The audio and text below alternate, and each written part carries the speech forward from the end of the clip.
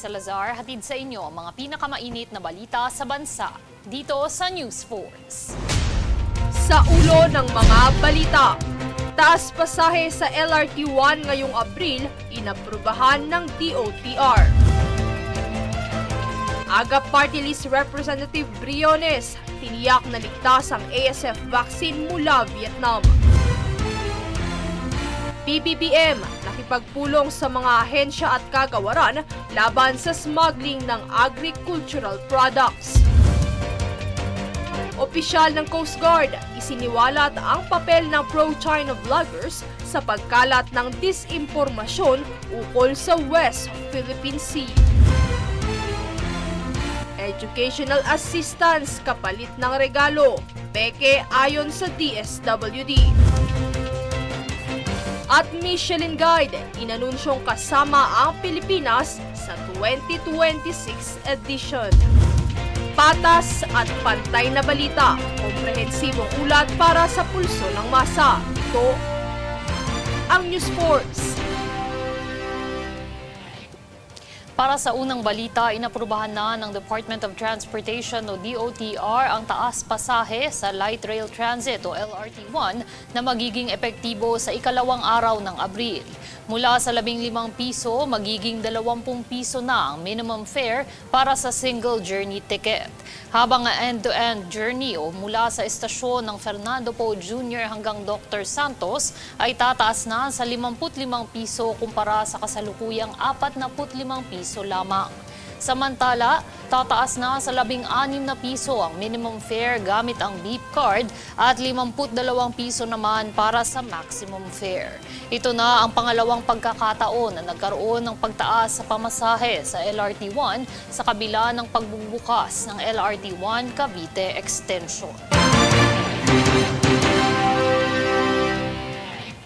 Samantala, magsisimula na sa susunod ng buwan ng Marso ang pre-voting enrollment period para sa mga Pilipinong botante na nasa ibang bansa. Ito ay dahil sa ilalim sa internet voting ang mga Pinoy na nasa abroad upang makaboto sa halalan. Pinapayuhan ng mga ito na mag-sign up gamit ang opisyal na link na itinalaga ng COMELEC. Bago pa man ito ugaliin na suriin ang mga partikular na paraan ng overseas voting para sa Philippine Post na matatagpuan sa link na nasa inyong TV screen. Upang matiyak naman na sapat ang mga biyaheng bus sa Semana Santa ay bubuksan na ng Land Transportation Franchising and Regulatory Board o LTFRB sa susunod na linggo ang aplikasyon para sa special permits. Pinapaalalahanan ng mga operator na magdala ng mga kinakailangang dokumento gaya ng OR o CR at valid personal passenger accident insurance policy. Ang aplikasyon ay magsisimula sa ika-24 ng Pebrero hanggang ika-7 ng Marso. Samantala, bunsod ng kamakailang pahayag mula sa Department of Agriculture na magkaroon ng commercial vaccination approval ang AVAC vaccine mula Vietnam, tiniyak ni AGA Party List Representative Nicanor Briones ang mga hog raisers na ligtas ang mga bakunang ito para sa kanilang mga baboy. Ang kaganapan sa ulat ni Princess Castro. Tiniyak ni AGA Party List Representative Nicanor Briones nitong Miyerkules sa isang panayam na ligtas ang mga African Swine Fever o ASF vaccines mula Vietnam.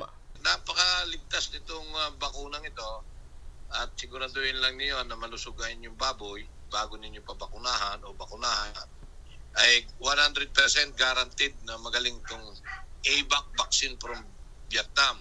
Ang sagot na ito ay para sa mga hog farmer na nagdadalawang isip kung ito ba ay ligtas para sa kanilang mga alagang baboy. Kaugnay din ito ng kamakailang pahayag ni Department of Agriculture o DA Assistant Secretary Arnel de Mesa na target umano ni DA Secretary Francisco Chu Laurel Jr. na maaprubahan na ang commercial vaccination ng hindi bababa sa 490,000 doses ng AVAC vaccine mula Vietnam sa unang linggo ng Abril. Ayon kay Briones, ang aksyon na ito ng kagawaran ay dapat na magtuloy-tuloy dahil kinakailangan ng agarang solusyon at pag-agap na makapinsala bahala pa ang ASF sa populasyon ng baboy sa bansa. Bukod dito ay nakakaapekto rin ito sa galaw ng presyo ng baboy sa merkado. Nalulungkot, mapakamahal niya para sa ating mga consumer. Gusto rin natin na may baba para mabilis ang pagbili nila at pagkonsumo ng lokal na baboy. Kaya't kanyang mungkahi na dapat ay magkaroon ng Manufacturer's Suggested Retail Price o MSRP sa mga imported na baboy. Kasi naniniwala ako, kung may lalagay sa tama ang presyo ng imported na karning baboy, maa-attack nila ang presyo ng lokal na baboy. Una nang inilunsad ng DA ang unang batch ng pagbabakuna sa mga malulusog at negatibong ASF na baboy sa Lobo, Batangas mula sa 10,000 emergency AVAC live vaccines noong Agosto ng nakaraang taon. Bagamat dininig ang panawagan nila na magkaroon ng commercial vaccines kung saan nangangahulugang maaari ng bumili ng mga bakuna, ipinapanawagan naman ngayon ni Briones ang pinansyal na suporta para sa mga backyard racer o ang mga maliliit na magbababoy dahil hindi nila kakayanin ang gastusin para mapabakunahan lahat ang kanilang mga baboy. Anya, ang isang bote kasi ng bakuna ay nagkakahalaga ng 12,500 pesos, kaya naman kinakailangang masubsidize ng gobyerno ang pangangailangang ito ng mga magbababoy upang agad na mabakunahan ang piglets to fattener nang hindi na kumalat pa ang ASF. Princess Castro nag-uulat para sa Golden Nation Network.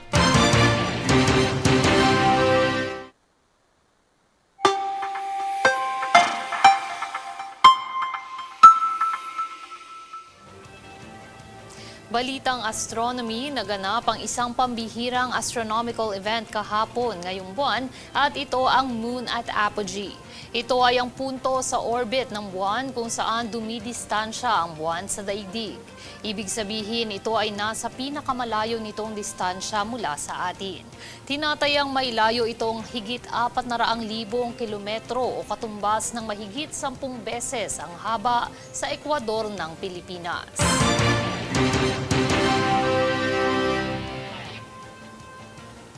Susunod sa News Force. BIR kinwestiyon sa pagtitiwala sa voluntaryong pagbabayad ng buwis ng social media influencers. PBBM pinangunahan ng paglulunsad ng mga bagong programa sa ilalim ng DSWD. PBBM nakipagpulong sa mga ahensya at kagawaran laban sa smuggling ng agri-products. Manatiling nakatutok para sa higit pa mga balita sa pagbabalik ng News Force.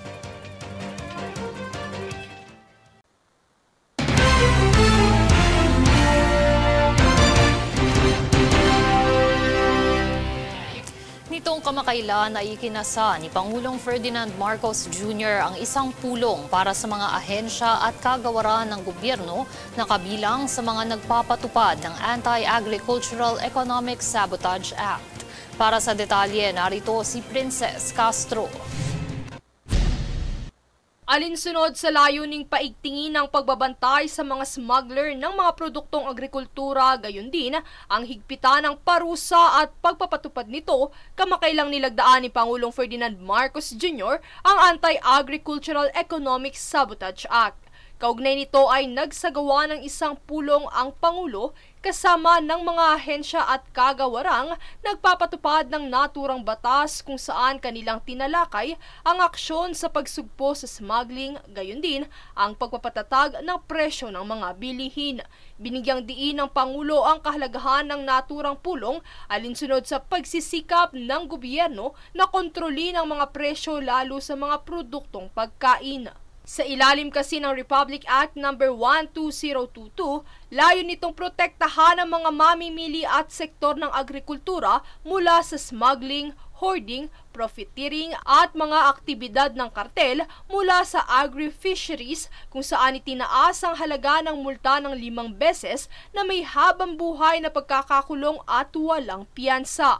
Sa panig ni AGA Party List Representative Nicanor Briones, kanya namang lubos na ikinatuwa ang aksyon na ito ng Pangulo.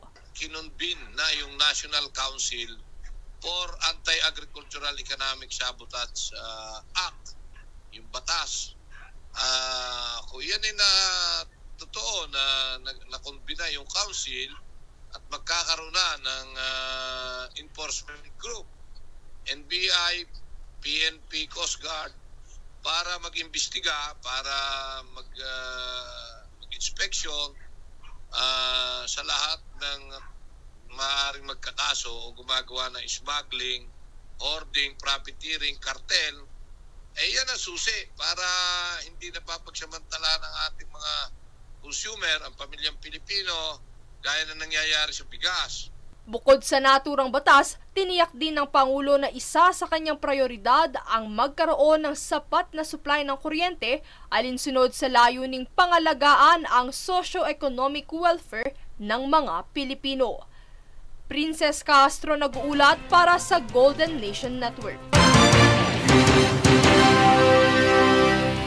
Opisyal nang inilunsad ng pamahalaan sa pangunguna ni Pangulong Ferdinand Bongbong Marcos Jr. ang ilang bagong social welfare programs ng Department of Social Welfare and Development o DSWD. Ang kaganapan sa ulat ni Daniza Lopez. Sa naganap na ika-74 na anibersaryo ng Department of Social Welfare and Development o DSWD kahapon ay ipinakilala nito sa pangunguna ni Pangulong Ferdinand Bongbong Marcos Jr. ang mga bagong programa na magpapabuti sa serbisyo ng kagawaran at magpapabilis sa paghahatid ng tulong para sa publiko. Sa pagsusulong ng modernisasyon sa bansa ay naniniwala si Pangulong Marcos na magdadala ito ng progreso, kaginhawaan at pagbabago.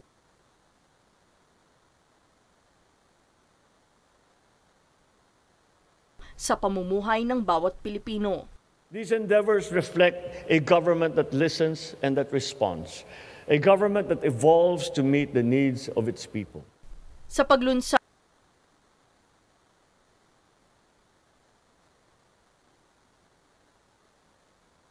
ng digital project na Harmonized Electronic License and Permit System o HELPS ay layo nitong magkaroon ng access ang publiko sa serbisyo ng kagawaran sa online nang hindi na kinakailangan pang magtungo sa tanggapan. Mas madali na rito ang aplikasyon para sa mga permit, registration, accreditation at iba pa na mabilis nang mapoproseso sa online portal. Through the DSWD HELPS, we are able to provide a welcoming environment for all our SWADAs to make sure that we bring you into the fold so that you can be our partners and force multipliers in ending poverty. Sumunod naman sa inobasyon ay ang online system na magpapadali sa proseso ng aplikasyon at issuance ng travel clearance para sa minors traveling abroad. Sa bagong sistema nito ay hindi na kinakailangan pang magtungo sa opisina ng DSWD para magsumite ng mga dokumento dahil maaari na itong ipas sa online kung saan taglay din ito ang real-time status tracking para matutukan ang estado ng aplikasyon. As part of HELPS, pinadadali at inaayos nito ang proseso para sa mga magulang at tagapag-alaga habang tinitiyak ang kaligtasan at kapakanan ng mga batang Pilipinong bumabiyahe sa iba't ibang bansa. Bukod dito ay ipinakilala rin ng Pangulo at ng DSWD ang programang Pamilya sa Bagong Pilipinas dahil naniniwala si Marcos na ang pamilya ay ang pundasyon ng isang maunlad na bansa. Sa programang ito, susuriin natin ang kalagayan ng bawat pamilya upang matukoy ang kanilang tunay na pangangailangan. Handog ng programa itong alalayan at tulungan ang mga pamilya na dumaranas sa matinding krisis. Sa dulo ng talumpati ng Pangulo ay nagpasalamat ito sa 74 na taong pagseserbisyo ng DSWD para sa mga Pilipino.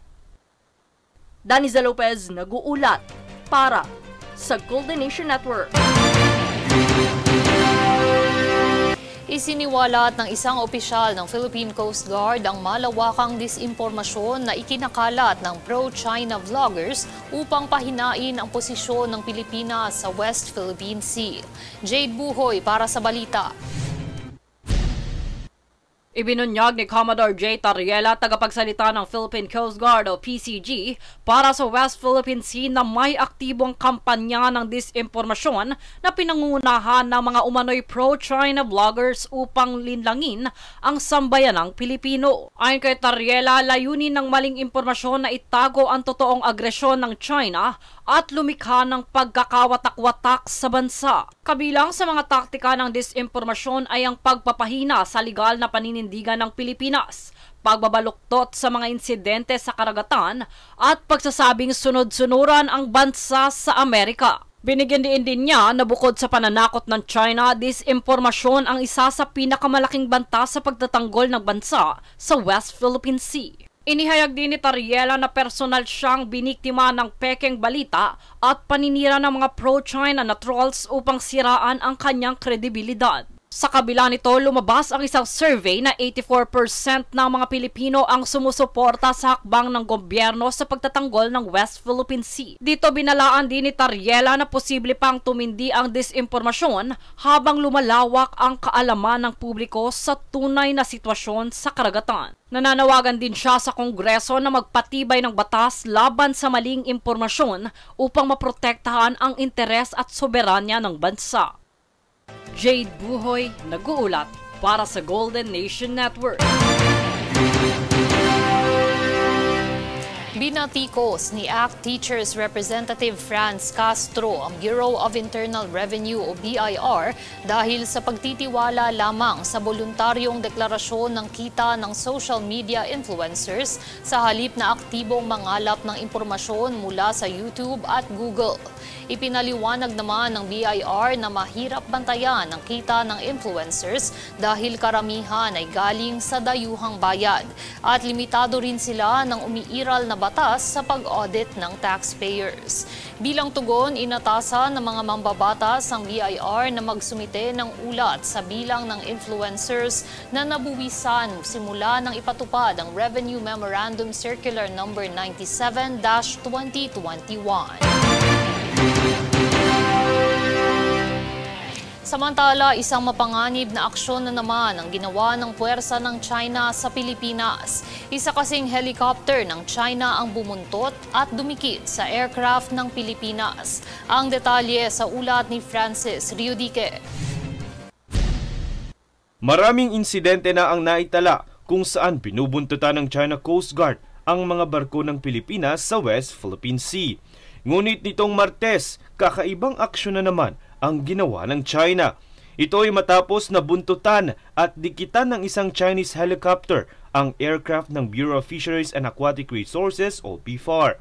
Magsasagawa lamang sana ang BFAR ng aerial inspection sa Baho de Masinloc o Panatag Shoal. Dahil sa agresibong aksyon ng China, nalagay sa panganib ang piloto at ang mga sakay nito. 50 feet lamang kasi ang distansya ng dalawang aircraft sa isa't isa. Kaya naman ilang beses na nag-radio challenge ang Pilipinong piloto. Dahil dito layong maghain ng diplomatikong protesta ang Pilipinas laban sa mapanganib na aksyon ng China. Ayon kasi sa pahayag ng National Maritime Council, nilagay nito sa peligro ang mga sakay ng aircraft ng BFAR at labag sa international flight safety. Sa kabila ng aksyon ng China, magpapatuloy naman umano ang mga otoridad na magsagawa ng maritime patrol sa exclusive economic zones ng bansa. Francis Riudique, nag-uulat para sa Golden Nation Network. Patuloy naman na naghahatid ng tulong ang Philippine Red Cross o PRC sa mga pasyenteng na dengue sa pamamagitan ng pagbabahagi ng mahigit 1,000 unit ng dugo. Naitala kasi ng Department of Health o DOH ang pagtaas sa kaso ng dengue kaya't pinapaalalahanan ng publiko na isagawa ang 5S upang maiwasan ito. Ito ay ang search and destroy sa mga pinagtitirhan ng lamok, self-protect measures sa pamamagitan ng pagsusuot ng pantalon, seek early consultation kung mayroong mga sintomas, say yes to fogging at sustain hydration. Samantala, naghain ng petisyon si Vice President Sara Duterte sa Korte Suprema na kumukwestiyon sa inihaing pang-apat na impeachment complaint laban sa kanya. Ang detalye sa ulat ni Francis Riudique. Tinangkang pigilan ni Vice President Sara Duterte ang pag-usad ng inihaing impeachment complaint laban sa kanya. Ito ay matapos na maghain ng petisyon si VP Sara sa Korte Suprema ng Petition to Certiorari and Prohibition. Kinu-question nito ang validity at constitutionality ng ika-4 na impeachment complaint laban sa kanya. Layon din itong makapag-issue ang Korte Suprema ng temporary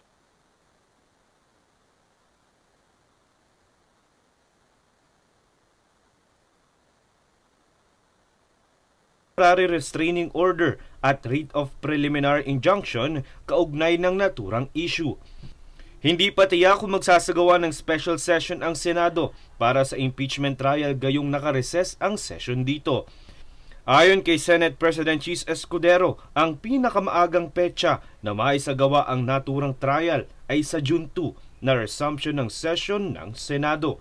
Ngunit may posibilidad umano itong mangyari na sa Hulyo matapos ang State of the Nation Address o SONA ngayong taon. Pero nitong kamakailan lang ay sumulat si Senate Minority Leader Coco Pimentel III kay Senate President Escudero na isinusulong ang agarang pagsasagawa ng impeachment trial. Aniya ito ay upang magampanan ng Senado ang tungkulin nito na aksyonan ang naturang issue. Francis Riudique, nag-uulat para sa Golden Nation Network. Sa ibang balita, inilunsad ng Department of Social Welfare and Development o DSWD ang Angel Pets Project sa Sanctuary Center sa Mandaluyong na naglalayong magbigay ng animal-assisted therapy sa mga kababaihang may psychosocial disabilities, katuwang ang Philippines Animal Welfare Society o PAWS at Dr. Dogs. Jade Buhoy para sa balita. Siya ay Dr. Dog, siya'y mabait, nagagamot ng may sakit. Hindi na lang bantay sa bahay, pwede na ring maging kaagapay sa pangangailangang pangkalusugan. Yan ang programang hatid ng Department of Social Welfare and Development o DSWD, maging ng Philippines Animal Welfare Society o PAWS, para sa mga taong may psychosocial disabilities at iba pang kaakibat nito, kung saan ang alagang aso ay tinuturing na kaagapay sa therapy, na siyang itinampok ng animal-assisted therapy ng Angel Pets Project ayon sa mga ahensya. We're in the line of giving love and care. Kami love and care sa aming mga kliyente, sila may mga kliyente din sila. Pinagsanib na puwersa ng DSWD at PAWS para ipakita sa mundo that kindness has a place in this world and in this country. Sa proyektong ito, itinuturing na volunteer Dr. Dogs ang mga bantay. Gaya ng asong si Ryder, nagsisilbi silang mga kaagapay sa pagpapainam ng pangkaisipang kalagayan at kapakanan ng bawat individual. Ayon pa kay PAWS Executive Director Attorney Ana Cabrera, isinusulong rin ito ang mainam na pagkakaugnay ng bawat individual sa pamamagitan ng mga alagang aso upang mas maging bukas ang bawat kliyente sa pakikipaghalubilo. Yung mga dogs, they've been tested in such a way na lahat ng pwede namin gawin sa dog para kumagat yung dog, gagawin namin. Pero they will not pass the Dr. Dog test if, for example, naglabas sila ng ngipin or nag-growl sila, bagsak agad sila sa Dr. Dog test. So these dogs have passed the temperament testing, so they're certified safe. Pagbabahagi pa niya, bukod sa mga pagsusuri, makikita rin sa mga kliyenteng kabilang ang mabuting epekto ng mga alagang aso o tinatawag na Dr. Dogs. Halimbawa rito, kanilang naikwento ang isang kliyenteng may psychosocial disability na dati hindi umiimik pero dahil sa Dr. Dog, unti-unti itong naging komportableng humarap sa kanyang mga kasama. Bukod pa rito, isa ang facility sa Marilac Hills kung saan inaalalayan ng mga Dr. Dog sa rehabilitasyon ang mga dalagitang edad 9 hanggang 14 na anyos na mga biktima ng pang-aabuso. Samantala, iminungkahi rin ni DSWD Secretary Rex Gatchalian na umaasa silang mas marami pang lugar ang maaabot ng programa gaya ng kanilang pakikipag-ugnayan sa Sanctuary Center ng Mandaluyong kung saan kumakalinga ito sa mga kababaihang may psychosocial disability at biktima ng pang-aabuso. Tutulungan namin sila palakihin tong programa na to para maging mas malawak pa dahil it goes both ways, di ba? Nakakatulong sa aming mga kliyente pero at the same time na tutulungan rin natin yung mga aso na naghahanap ng mga tahanan sa pamamagitan ng PAWS. Dito hinihikayat din ng POS ang bawat fur parents na mapabilang na Dr. Dog ang kanilang fur babies sa pamamagitan ng pag-contact sa kanilang website at email. Good boy! Ay, good boy!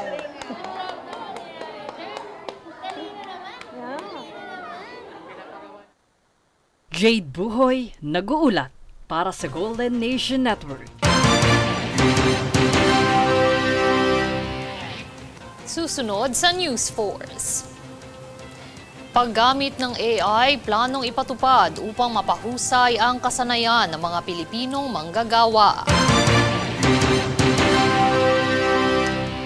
Educational assistance kapalit ng regalo, peke ayon sa DSWD.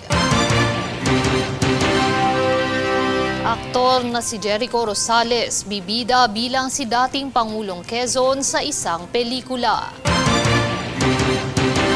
Manatiling nakatutok para sa higit pang mga balita sa pagbabalik ng News Force.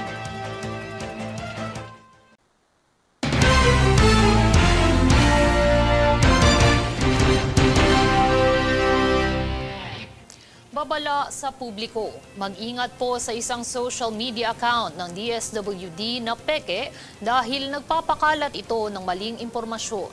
Yan ang balitang hatid ni Danizel Lopez.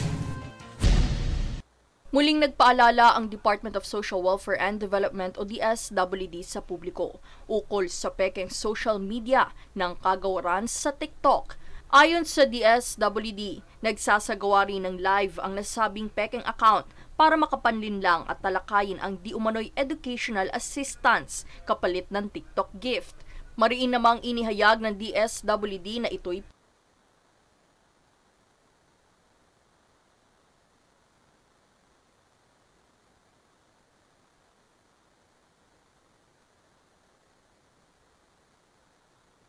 peke at walang katotohanan ang mga impormasyon na binabanggit nito sa plataporma. Pagpapaalala ng DSWD, huwag magbahagi ng personal na impormasyon online dahil mahigpit itong ipinagbabawal sa ilalim ng Data Privacy Act of 2012. Muli namang hinikayat ng kagawaran ng publiko sa pagre-report sa peking account nang sa gayon ay wala itong mabiktima ng fake news. Matatandaan na sa paglaganap ng teknolohiya ngayon ay siya ring pagdami ng kaso ng pangsa-scam online. Danizel Lopez, nag-uulat para sa Golden Nation Network.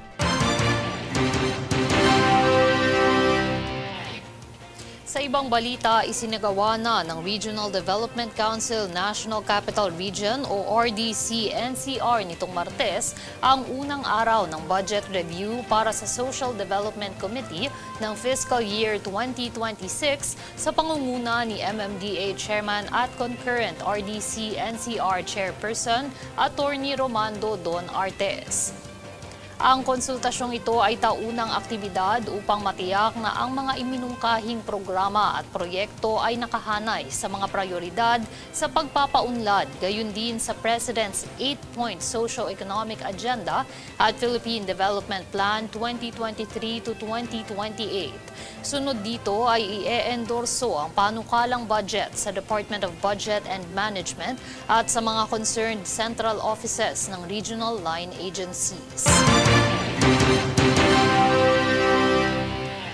Plano namang ipatupad ng kasalukuyang administrasyon ang paggamit ng Artificial Intelligence o AI upang mapahusay ang kasanayan at ihanda ang mga Pilipinong manggagawa sa pagbabagong dulot ng teknolohiya.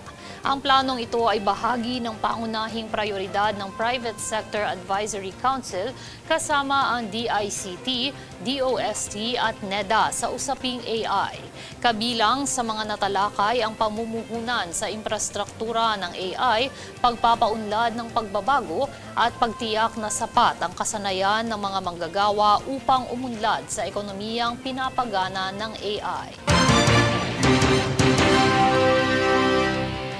Samantala, sa kauna-unahang pagkakataon, inanunsyo ang pagbilang ng Pilipinas sa Michelin Guide kung saan kasama ang ilang restaurant sa bansa sa 2026 edition nito. Ang prestigyosong Michelin Guide ay kilala sa buong mundo bilang nagbibigay parangal sa mga resto na may pinakamahusay na karanasan sa pagluluto gamit ang sikat nitong Michelin star. Sa 2026 edition nito, tampok ang ilang resto, partikular sa Manila at Cebu, kung saan susuriin ito ang kabuuang karanasan sa kainan. Ayon pa sa International Director ng Michelin Guide, kanilang sinusubaybayan ang ebolusyon ng Filipino culinary scene kung kaya't inaabangan nila ang kakaibang kainan sa bansa dahil sa mayaman nitong kultura na sinamahan din ng impluwensya mula ibang bansa.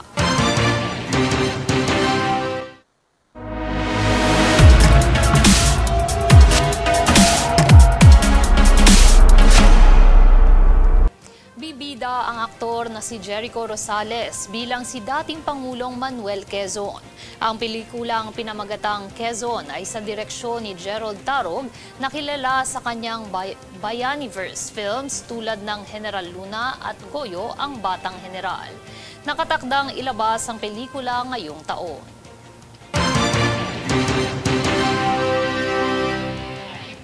At narito ang recap ng mga nagbabagang balita ngayon. Sa ulo ng mga balita, taas pasahe sa LRT1 ngayong Abril, inaprubahan ng DOTR. Aga Party List Representative Briones, tiniyak na ligtas ang ASF vaccine mula Vietnam. PBBM, nakipagpulong sa mga ahensya at kagawaran laban sa smuggling ng agricultural products. Opisyal ng Coast Guard, isiniwalat ang papel ng pro-China vloggers sa pagkalat ng disinformasyon ukol sa West Philippine Sea. Educational assistance kapalit ng regalo, peke ayon sa DSWD. At Michelin Guide, inanunsyong kasama ang Pilipinas sa 2026 edition. Patas at pantay na balita, komprehensibong ulat para sa pulso ng masa. Ito ang News Force. At yan ang pinakamainit na mga balita ngayong araw. Manatiling nakatutok sa aming mga ulat at updates sa aming Facebook page, facebook.com/Golden Nation Network.